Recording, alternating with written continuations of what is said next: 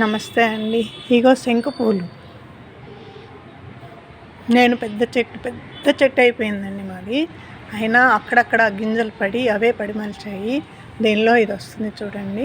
కానీ ఈ శంకు పూలు కొన్ని పెద్దది చెట్టు మాది. ఆ చెట్టు పూలన్నీ గుప్పడి తీసుకొని ఆయిల్ చేసుకోవచ్చు.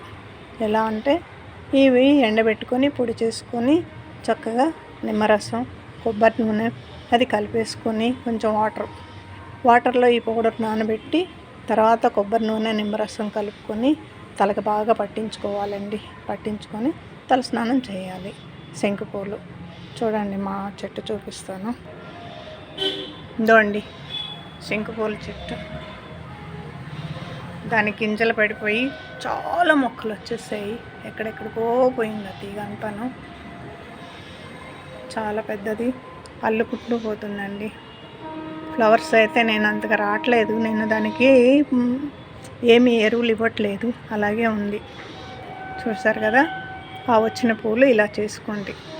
మాదైతే ఒంట్రెక్క అండి, శంకు పూలు ఒంట్రెక్క.